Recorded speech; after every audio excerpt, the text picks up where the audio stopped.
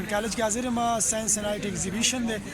دغه وخت زموږ د کالج څو سټوډنټس دي هغې یو ماډل جوړ کړی دی چې اوبه دي بل طرف ته پټرول دي, بیا چې دی یو ایر ګیس دی او د دې نه پس چې دی بیا دا نغرې دی تاسو ته ښکاري نو دا اور لګوي. نو دې نه علاوه چې دی نورې مزید خو به ایکسپلینیشن دی کوي چې دوی جوړ کړی دی, خو به هر حال نن سبا د ګیس ډېره کمي ده په ټول ملک کې. نو که چېرته دغه اپلای شي نو دا به ډېره ښه وي. دې کې چې دی نور هم ډېر ښه سایډ سي دي.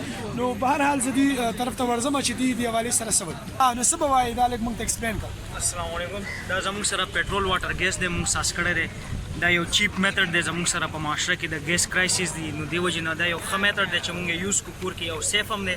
سیف په دې معنی دی چې یعنې د بلاسټ کېدو یا د ستاسو د کور کې نورو مسلو یعنې ګیس چې راجمع شي کور کې د هغه خطرونه دا بهر وي. د دې څه پروسس دې طریقې سره دی چې دا زموږ سره ایر پمپ دی. ایر پمپ په ذریعه باندې موږ د انوایرمنټ نه هوا راکاږو. هغه هوا موږ په دې کې ډیپ کو په پټرولو کې ډیپ کوو پکې ولې ځکه چې دا ایر زموږ سره د دې واټر سوري پټرول چې کوم دی د دې د ایواپوریشن چې کوم سټیټ ته دا چینج کیږي هغه پروسس تیز شي. هغه لایټ ویپرز د پټرول چې کوم دی هغه په دې آوټ پیپ کې زموږ سره په واټر کې موږ ډیپ کوو. واټر کې ولې ډیپ کوو ډایرکټلی موږ برنر تم لګولی شو. واټر کې ځکه ډیپ کوو چې دا زموږ سره د دې یو کنزمپشن کم شي, بل دا زموږ سره سیف شي.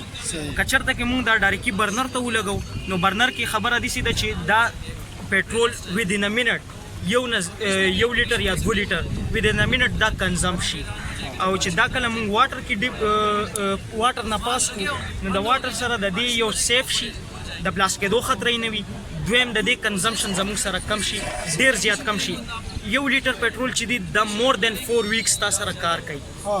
نو دې وجې نه دا یو میتھډ دی. دا خو ډېره اسانه طریقه ده نو چې د ګیس بیل دومره ډېر راځي, خو دا استعمالول ښه نه دي. بس خري ولې نه دی خو دا چې بجلی خرچ هم ډېره زیاته کوي. څه ونه ورته دا یو یونټ خرچ کوي صرف. انډستریال لیول باندې هم کولی شي دا میتھډ اپلای کولی شي. دا پروجیکټ ډېرې دي او خرچې کمه ده. به هر حال الله دې وکړي چې دغه باندې عمل وشي, دا چې دی یو ښه طریقې سره غټ لیول باندې وشي نو دا به ډېره ښه شي. سټوډنټانو کې ټیلنټ شته دی, دغه ټیلنټ راښکاره کولو دپاره مو دغه ویډیو وکړله. دغه مقصد و چې دغه ځوانانو دغه ټیلنټ راښکاره کړو او دې چې دی دې کې نور د دې حوصله افزایي وکړو او د دې چې دی نور هم ترقي وکړي او ملک په ترقۍ کې خپل کردار ادا کړي. ډېره مننه. ښاد آباد او بریالي اوسئ.